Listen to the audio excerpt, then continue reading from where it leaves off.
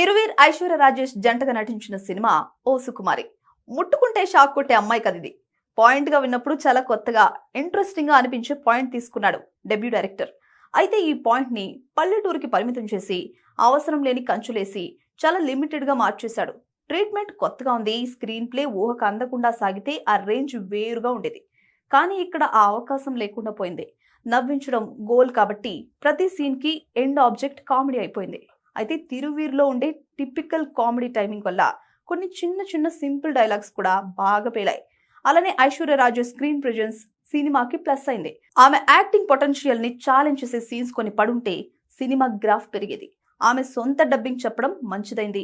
Director చెప్పాలనుకున్న point ని comic tone లో చెప్పుకుంటూ వెళ్ళాడు.